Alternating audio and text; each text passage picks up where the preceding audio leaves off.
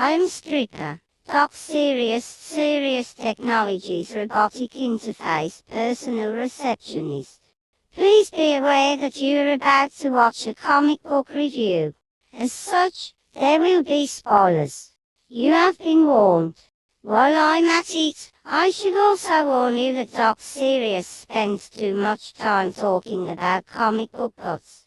I think he's off his medication. Salutations YouTube and what's doing, and welcome to Serious About Comics. I'm Doc Sirius, and I'm here to talk serious about comics. Today we're going to do a comic book booty call and check in with the X, because last week X-Men Volume 7 Number 1 debuted. We're going to look at the characters, both heroes and villains. We're going to look at the plot and the conflict. We're going to look at mood and tone of the story. And we're going to see if there's anything else noteworthy to determine just how good issue 1 was. X-Men Volume 7 Number 1 is written by Jed MacKay, pencils by Ryan Stegman, inks by J.P. Mayer, colors by Marta Gracia, and letters by Clayton Cowles. MacKay's main X-Men field team include Kid Omega, Psylocke, Cyclops, Juggernaut, Magik, and Oya, now going by the name Temper. I like this team. You got a lot of very strong-willed individuals, and there are not a lot of people who have spent a lot of time working together. Kid Omega and Temper have a past, of course, and Cyclops and Juggernaut have a complicated history, but there's a lot of opportunity for new relationships and new character interactions. And we're already seeing the team use their powers in conjunction to fight their enemies.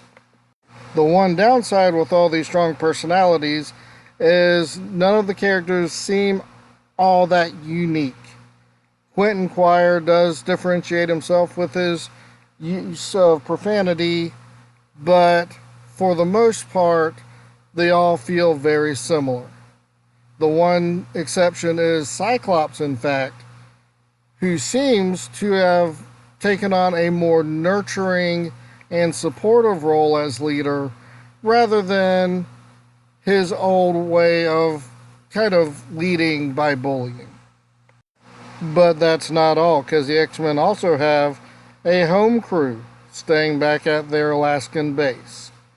That base crew includes Beast from the 80s, Kuan Yin Zorn, and Glob Herman.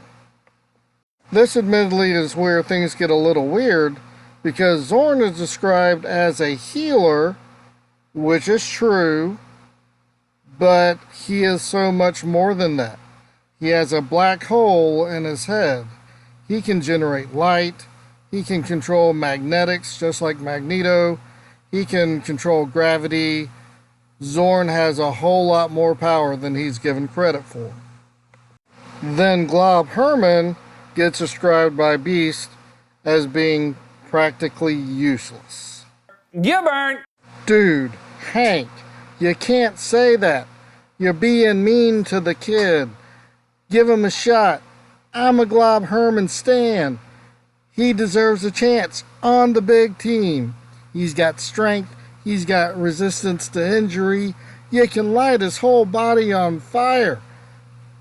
He could be the next Human Torch. Don't be so mean. And finally, they have Magneto. Dressed in, well, it's not exactly a suit, because is that a turtleneck you're wearing, Max? Overall, I see this as a very exciting group of characters to see every month. As I said, it's not a group that we've seen interact a whole lot, except for in just a couple of pairings here and there. We've got some characters that definitely need some love. Kid Omega, Temper, and I gotta say it, let's actually give Glob Herman a bigger role than just sitting back minding the garden. I award this cast of characters 2 booties, a Cyclops booty and a Psylocke booty. As for our villains, we have the Fourth School, a group of former Orchis members who now are trying to make themselves mutants using mutant DNA. Yep, we've heard that before. And they're also still using Sentinels to fight when the X-Men show up.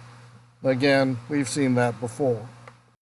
These villains are entirely forgettable, and considering how much time we dealt with Orchis in the past couple years, certainly not all that interesting.